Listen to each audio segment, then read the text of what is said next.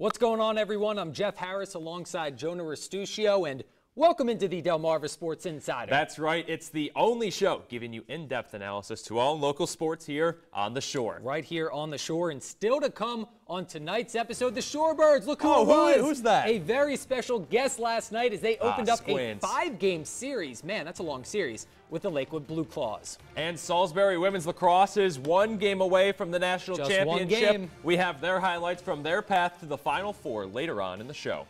And coming up on tonight's episode, Cape Henlopen boys lacrosse. They're looking to keep their championship streak alive. Highlights from their latest state tournament matchup are straight ahead.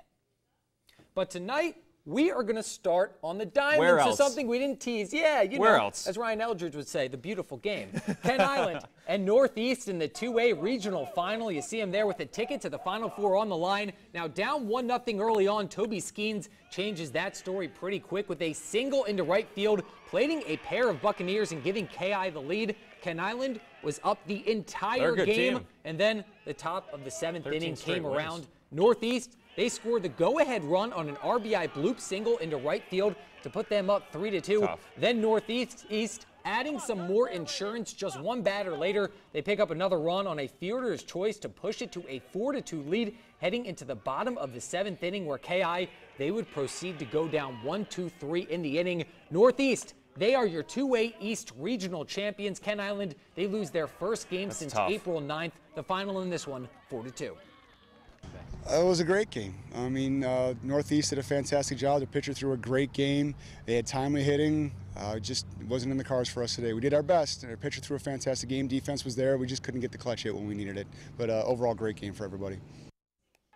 And Colonel Richardson hosting the defending state champion St. Michael's in the 1A East Regional Final. It would be a defensive battle from the start, but Jackie Zebron, he tosses that one into the woods. That's Colonel's up 1-0 early, but St. Michael's, they draw even. The bases loaded walk scores Ben Romberger to tie things up at 1. In the same inning, Brody Steen, he slaps this one fair into left field, and just like that, the Saints, they're up 3-1. The bench mob loves it. It would remain that way until the bottom of the 5th. Colonels, they would score 1, and then on the fielder's choice, Jacob Towers ties things back up at 3. To the top of the 6th, bases loaded. Another walk for a run. Andrew Risher, he draws it, and the defending state champs have the 4-3 lead. So last chance for CR. 2 runners on, 2 outs. Tyler Stanley with the bloop to shallow right, but it's caught. And you see it there. 3-peat for St. Michael's. They're your 1A East Regional champs, 4-3 over Colonel.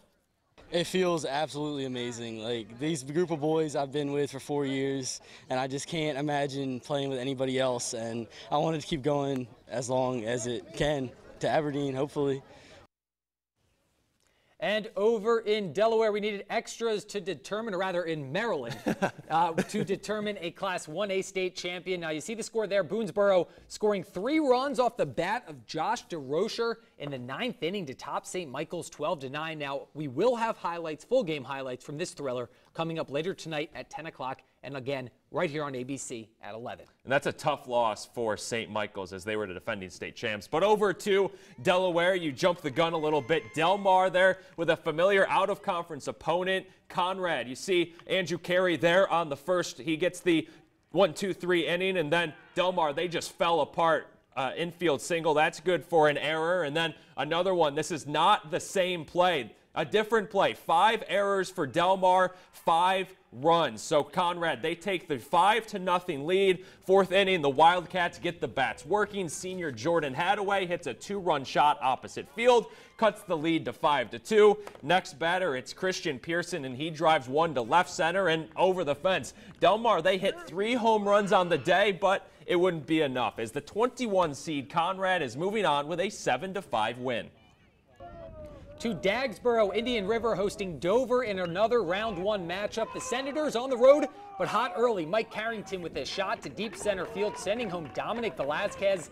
Then the next batter up is Chris Debney, and he knocks a double down the 3rd baseline, bringing home Carrington and Alec Rodriguez. Dover would go up 6-0 in the 3rd inning, so to the 4th we go. Cole Hitch is going to get all of this one. He hitches it, baby. Over the center fielder's head. We love it. Mark Smith and Jacob Anderson are both able to come around to score, and IR cuts the lead to 6-3. So fast forward to the 6th inning, and Indians getting closer. A wild pitch going to allow Tyler Kramer to jog on in from nowadays. third to make it 6-4. Dover would tack on one more, so last chance for IR, and the Senators defense comes through in the clutch, turn a double play for the win. Dover takes it 7-4, advancing to the second round. And checking in on the rest of the DIAA baseball playoff second round matchups from today. Dover, we just saw them. A huge upset defeating #1 seed William Penn 7-2. That Senators team, they're sneaky. What a win. Polytech, their chance at a second upset bid didn't bear well as Salesianum took home the 8-3 win. Cape Henlopen, well, not fazed by Newark Charter, easily advancing 12-2. 23 seed Sussex Tech, well, they might have been a little fatigued from their game, which spanned 2 days as they dropped 3-1 to St. George's. And the 3 seed St. Mark's easily taking care of Sussex Central 9-1. The quarterfinal round will continue next week on Wednesday as those remaining Henlopen teams look to bring home a state title.